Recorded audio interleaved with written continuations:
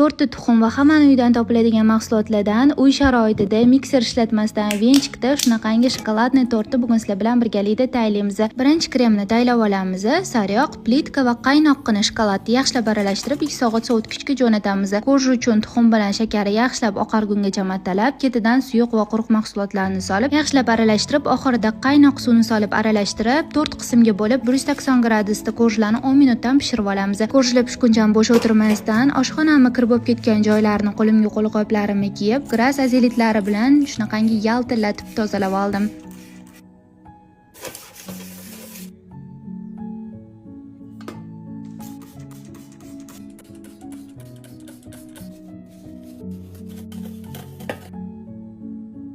Bu arada ko'rishlarim hammasi pishib, kremim ham quyildi. Tortimizni ketma-ketlikda yig'ib, yana tortni 1 soatga sovutgichga yuborib, 1 soatdan keyin ustilarini tekislab, ganashlarini quyib, chiroyli qilib yasatib dasturxonga tortamiz.